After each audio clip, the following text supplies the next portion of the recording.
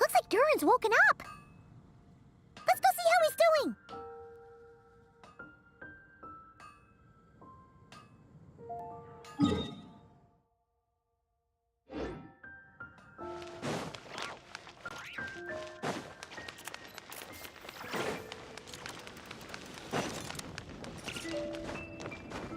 Lord Barbados, please see to it that Godwin gets home soon.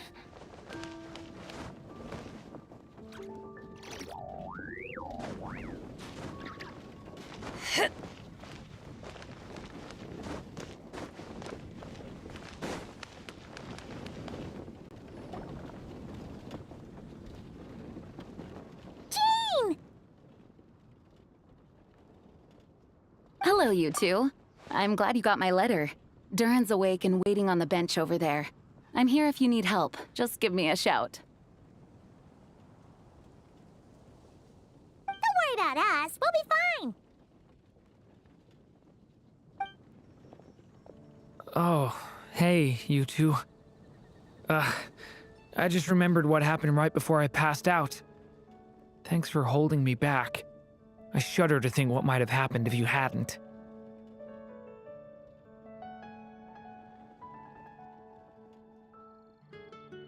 I'm fine now. It's just... a lot of people seem to have forgotten me. Don't worry. We'll figure out a way to fix this. Why don't you start by telling us what happened? It felt so strange. After I realized no one recognized me anymore, I suddenly felt like I'd completely lost contact with my body. Abyssal power lies sealed within this body I inhabit. So when I lost my connection to it, I lost control of that power too. It wasn't until I heard everyone calling my name that I was able to reconnect with my body. You lost contact with your body? Does that mean there's something wrong with it? Sounds like we need Albedo more than ever. I don't think the problem lies in Albedo's alchemy. Huh. But then, why are people forgetting you? Guess that's what we need to figure out.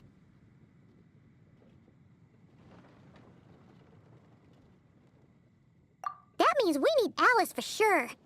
But it's been ages and she still hasn't been in contact. Now would be a really good time for a hint. How could the story's budding branches even hope to reach beyond the towering walls? Leaving the castle, the witch went off in search of the tallest, grandest tree in the whole world. High up in the canopy of that tree, she sought a resting place, a refuge where the little sapling might take root. Go to that place, for it was there that the sapling felt its first breath of wind. Huh? Was that another clue? Does that mean the story isn't over yet? Leaving the castle. It just occurred to me. If this story is all about my own experiences, then wouldn't what happened after I left Simulanka be part of it too? But how could she possibly know exactly what would happen? And even if she did, how could we know when the story was complete? Yeah. Since we can't reach Alice right now, we'll just have to get to the bottom of this ourselves. But first, we gotta figure out where this riddle wants us to go. The tallest, grandest tree in the whole wide world. Huh. The only place that ever gave me that feeling was the one I ended up in right after leaving Simulanka. They had great coffee there, too. And so many books you'd never run out of things to read. Think about it. Our search in Mondstadt began in a library, right? Well, Sumeru City's got one of those, too. And it's absolutely huge. What do you say? Should we try looking there? Huh. That does kind of make sense. And it's not like Paimon's got a better idea. Jean and the others a heads up first. Well, it sounds like you've got a plan, so I won't interfere. All I ask is that you stay safe. Albedo won't be back for some time, and until he is, we can't know for sure how dangerous Duran might be in his current state. I'm so sorry about what happened before. Believe me, I'm not blaming you, and neither is anyone else here. If anything, it's the opposite. We're all just worried about you. Worried? About me? Come with me. I want to show you something. As soon as they heard you were awake, they all hurried over to see how you were doing. You all came to see me? A little birdie told me you're working on finishing a storybook. So maybe all those people losing their memories is just a plot twist, waiting to be resolved. Miss Lisa, you always seem to know how to put my mind at ease. Please, everyone, don't worry about me. When I get back, I'll find a way to complete my mother's story, and the one we started, too.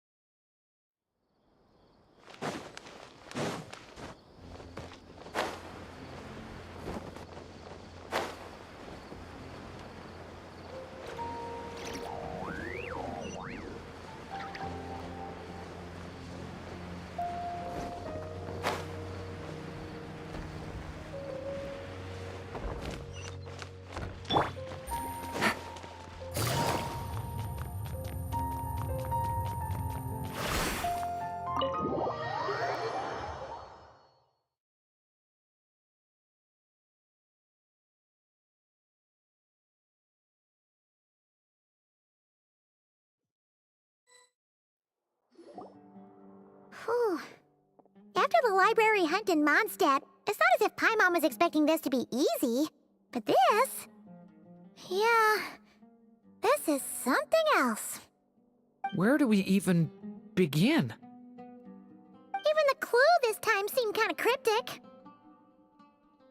Yeah. Guess the best we can do is stay on the lookout for more weird things going on.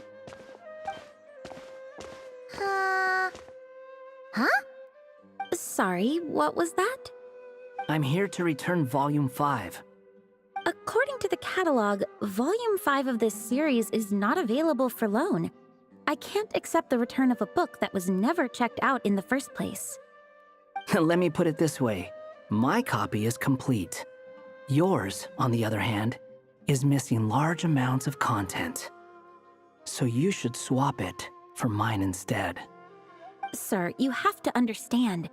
Managing a library is a serious business, and we have protocols in place for this kind of thing. I can't just replace an important volume in our collection based on nothing more than your word. Hey!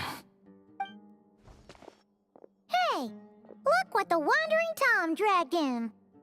Oh, it's you. And, what is it you're doing here? I'm a traveling scholar, as you know. Isn't a library the most natural place for me to be? Well, the last time we saw you was all the way in Nodcry. Paimon just didn't expect to suddenly see you in Sumeru, that's all. There were some things I needed to come back and take care of. Some documents had gone missing, so I tracked them down, restored them to their original condition. And now, I'm here to return them. And considering what I'm planning to do next, it feels like a weight off my shoulders. What's going on with you, huh? You look like a kicked puppy. Hat guy. At least you haven't forgotten about me. What's that supposed to mean?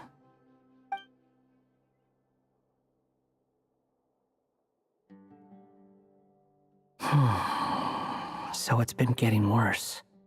Sounds like you know something we don't. After he left Simulanka, he spent some time traveling Sumeru with me.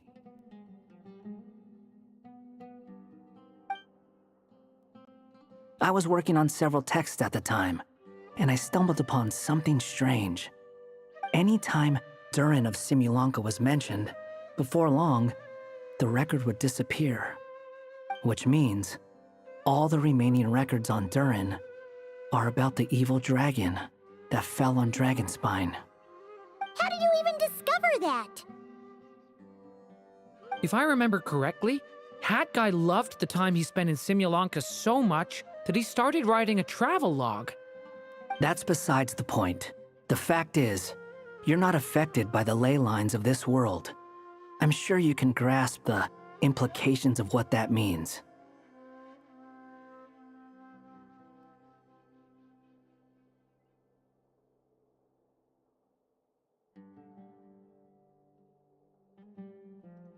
His case is different from mine. It's more like the world itself refuses to accept his existence.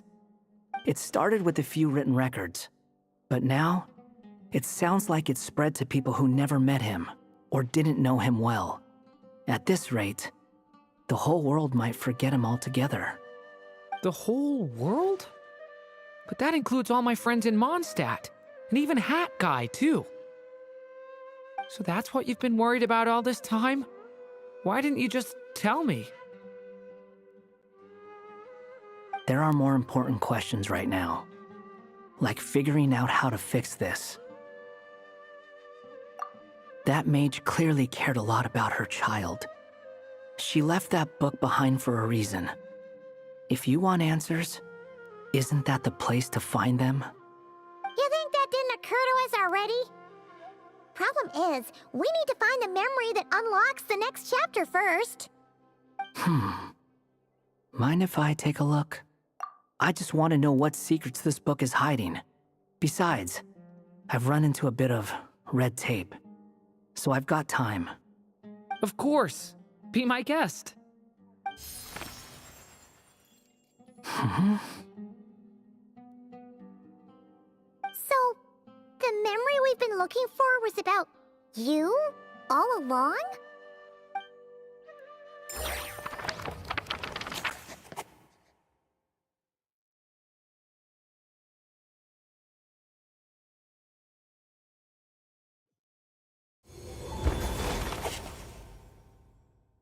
The little dragon became companions with a stray cat with dark blue fur. It was a friendship born of all they had in common. He left his castle at the stray's invitation, setting out to explore the world beyond its walls. There, he grew fond of the outside world, eager to make friends and share the story of his life. Taken by the dragon's story, the stray tried to write it down. But he soon realized that no matter how he tried, it would always warp into the evil dragon's tale.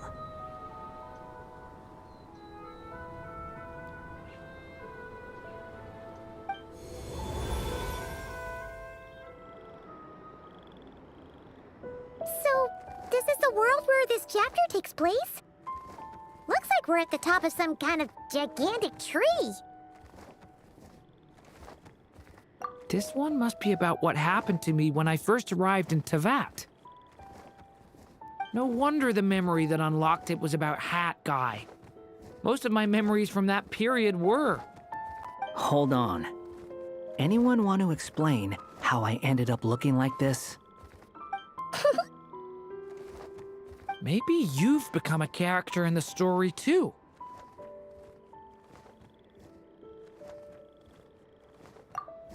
You see me as a stray cat?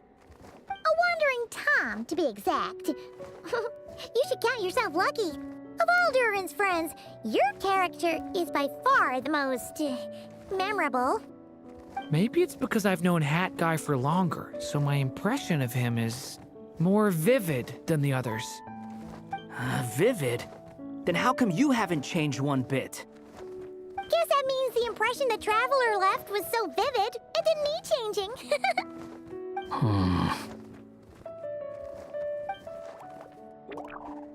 Hello, everyone! Ready for today's adventure? It's the storybook Durin. Oh. So you're not playing yourself in this one? Does that mean the two of you have even more memorable roles to play? Where are we going today, kitty cat? Whatever. Just follow me. Same as always. Okie dokie! Can we chat along the way? If you have something to say, just say it. Was that seriously how the two of you communicated when you first got here? Yep. Anyway, how do we get ourselves out of here? Usually, the narrator gives hints to help us figure out what to do. Speaking of which, about time we got some of those, don't you think?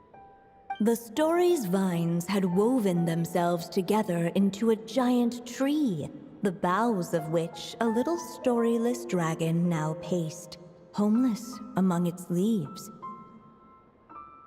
He had to find a way to leave this place and set off in search of a home of his own. If he stayed, the world would erase him from its memory altogether. To leave this place. But where am I supposed to go? The little dragon felt completely lost. Just like the vines, the road ahead branched off into different directions, twisting and turning before disappearing into the mist. But as luck would have it, a prophetess waited up ahead. Perhaps she might know where each path might take him.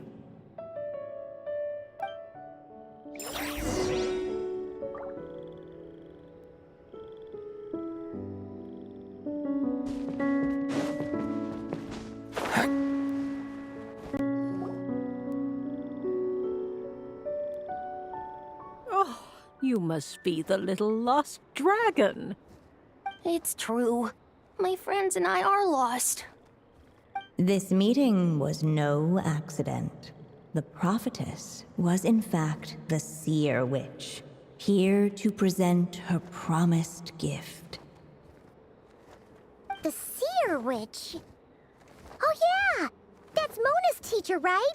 The old hag? Insolent child. I am the seer witch, your prophetess, not some old hag. Sorry! Now, little lost dragon, I have come to bestow the gift I once promised. A prophecy. A prophecy? Hear me now, for my prophecy is this. One day, the dragon from beyond the castle shall be reborn, and none may avert its coming. The wind took the prophecy and swept it off into the distance.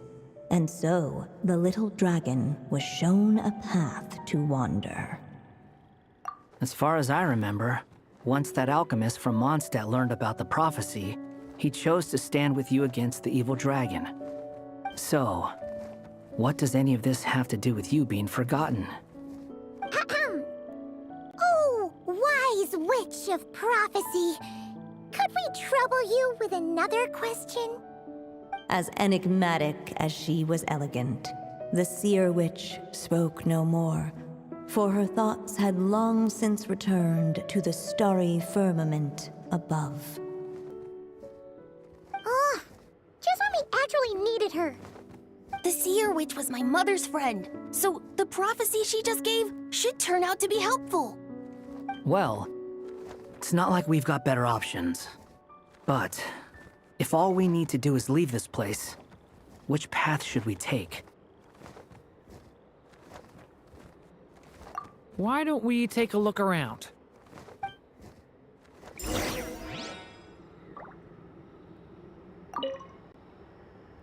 as enigmatic as she was elegant. The seer witch spoke no more, for her thoughts had long since returned to the starry firmament above.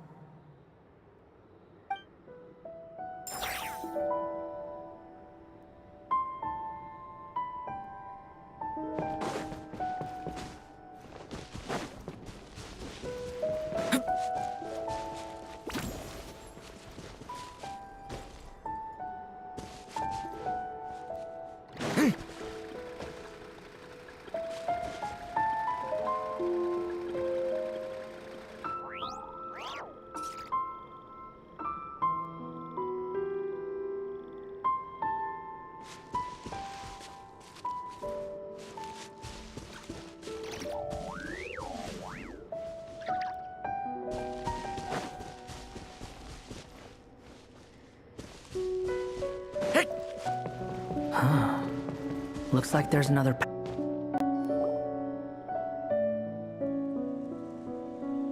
It seemed to lead away from this place, but each time he tried to follow it, the branches of the tail sent him back to the start.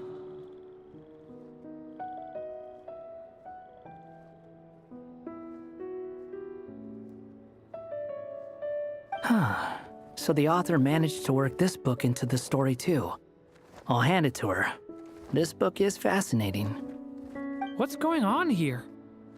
When I first realized you were being forgotten by the world, I thought it might be because you spent too much time with me. In which case, the only hope of a cure would be to cut our ties for good. What makes you think that? Once upon a time, the Stray tore apart his own story and was forgotten by the world beyond the castle. He believed the story had cursed him, and that his misfortune had rubbed off upon the little dragon. The story's curse. It was just a suspicion before, but now I think it's something we have to try. Wait, what do you mean? Try what? One of the story's branches is a path I can't take. If you follow it out of here, I won't be part of your story anymore. Considering what the strange magic in this book is capable of, making that choice could cut our connection once and for all. As long as there's a chance it might work, it's worth a try. He's not like me. He deserves for the world to remember him.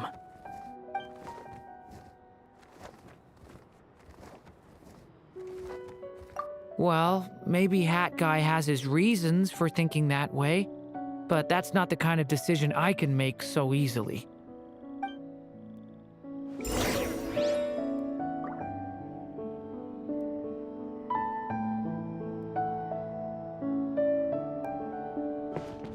It's what my stray cat buddy thinks is best anyway. Hat Guy.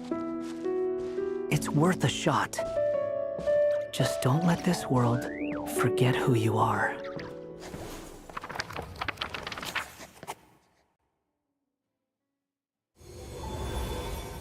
The little dragon left along the path his companion could not take, and from that point forth, the stray was no longer part of his story.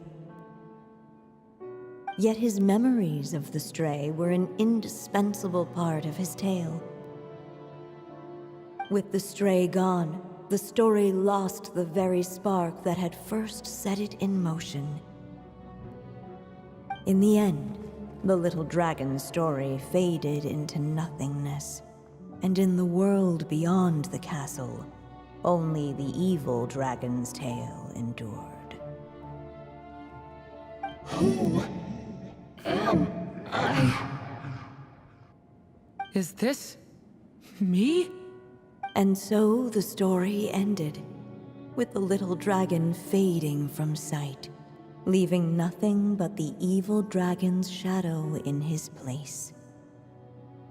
Oh no! Madurin! Ugh! Way to go, Hat Guy!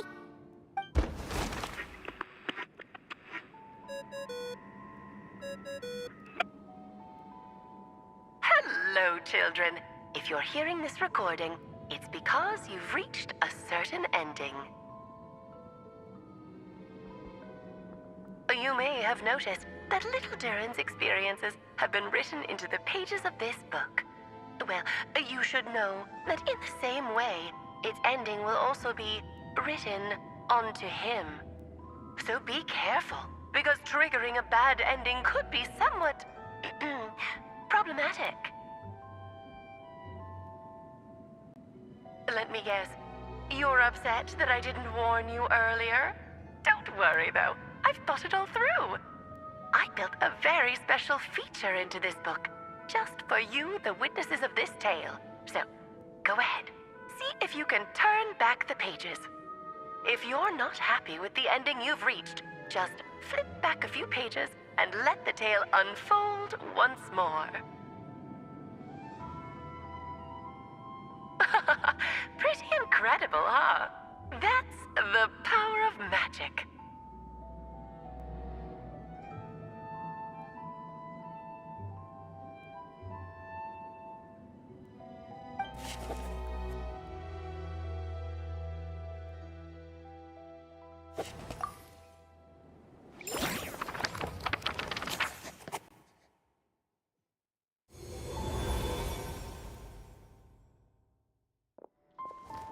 Ugh! That last ending was awful. No way we're picking that path again. What are you even talking about? Hurry up and pick a path so we can get out of here. Let's pick one together. Sounds like the others aren't aware of what just happened. But Paimon's not sure how we'd even explain it. Guess all we can do is warn them if they're about to choose wrong again.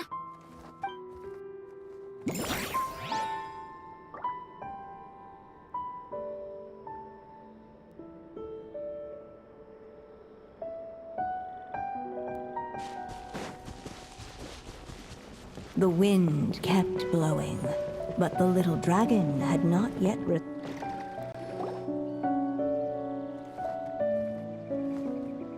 If we go this way, we'll be heading back to Mondstadt, just like we planned. Out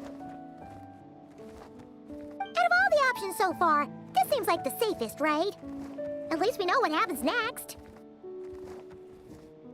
He helps stop the evil dragon from returning, gets a new body, makes a whole bunch of friends, who all just forget about him. But you didn't forget, Hat Guy. I'm just saying, choosing this path wouldn't solve the main problem. You'd still end up being forgotten. Huh.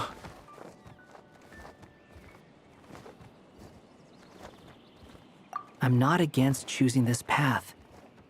I just wonder what secrets it might be hiding.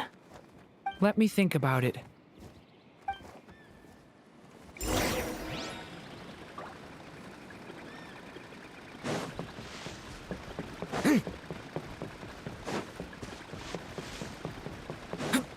I still think you should keep going, little dragon.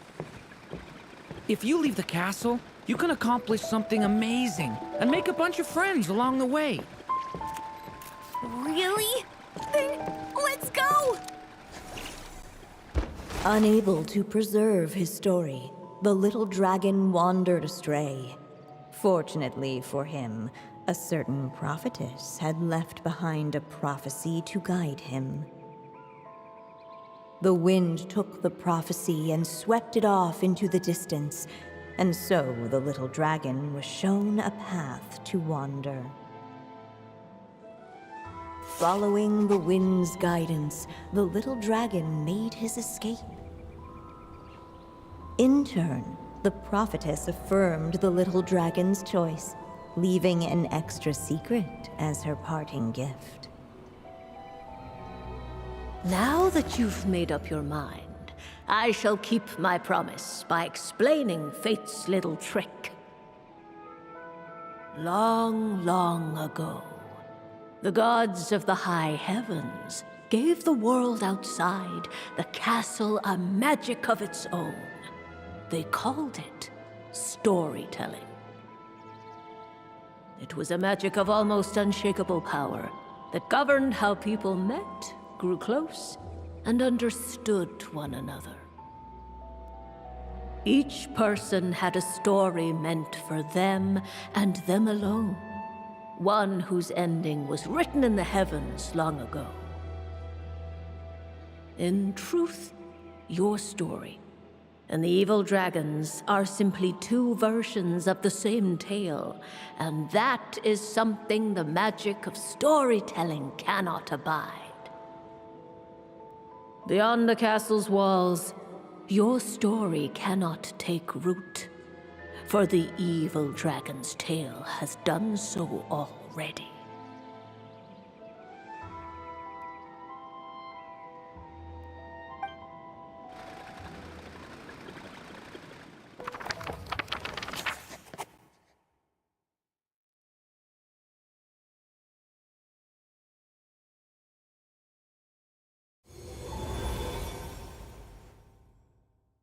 So, that was the secret?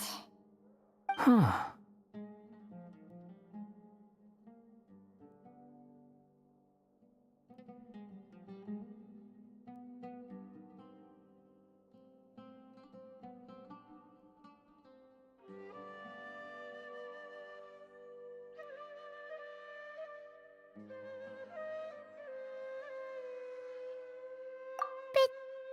But, what does that mean? You still don't get it? Simulanka Durin and Tevat Durin share a special kind of connection. Their fates are mirror images of one another. While they were in two separate worlds, there may have been some mutual influence, but their fates were independent. But when Simulanka Durin came to Tevat, a version of his fate already existed there. So, how can two fates exist at the same time? The answer is, they can't. The rules of this world don't allow it. You can't return a book you never checked out in the first place. So, what's Durin supposed to do? Those mages seem to have come up with quite the ingenious solution.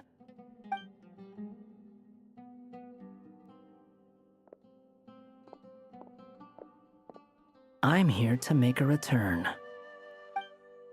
As I said, there's no record of Volume 5 of this series ever being checked out. Then just think of this as Volume 6.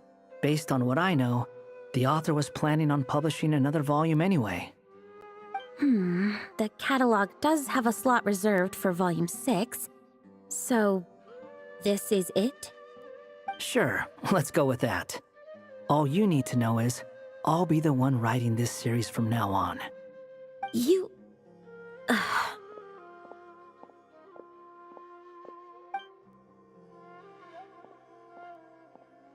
What are you up to this time? Remember the red tape I mentioned before? Well, I just took care of it. Now, I guess you'll be off to see your alchemist friend? It should be pretty obvious by now. He has the answers you're looking for.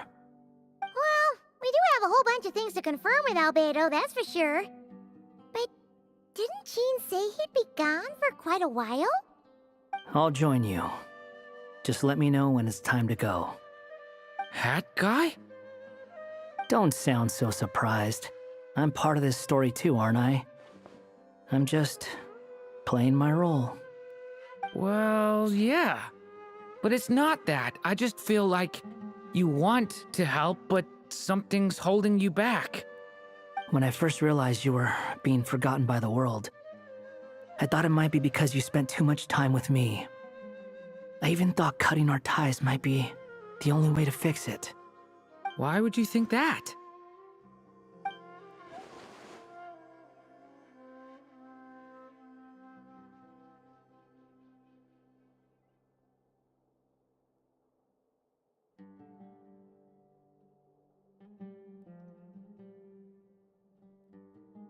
It doesn't matter now. Judging from the answer this book has given us, I was probably overthinking it.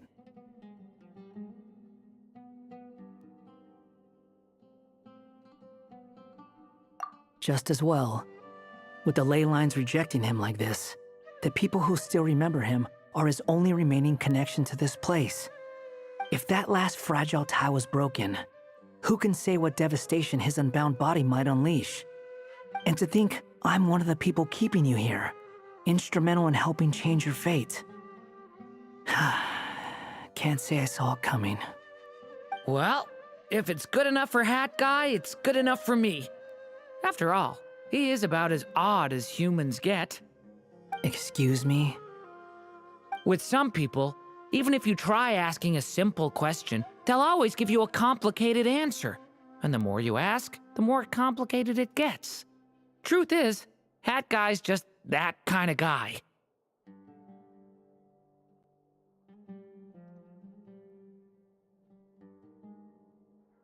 Whatever. All I needed was a yes or no, so we can quit it with all the back and forth.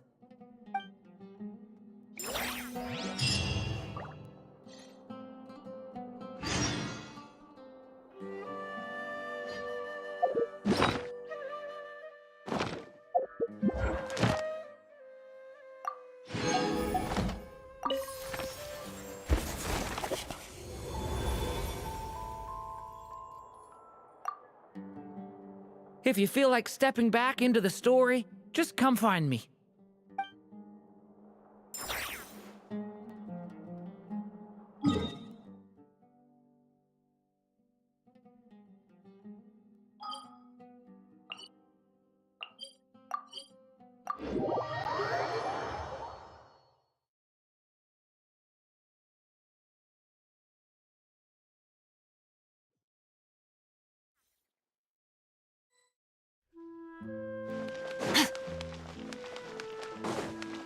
Add Astra. Thank you for Add Astra.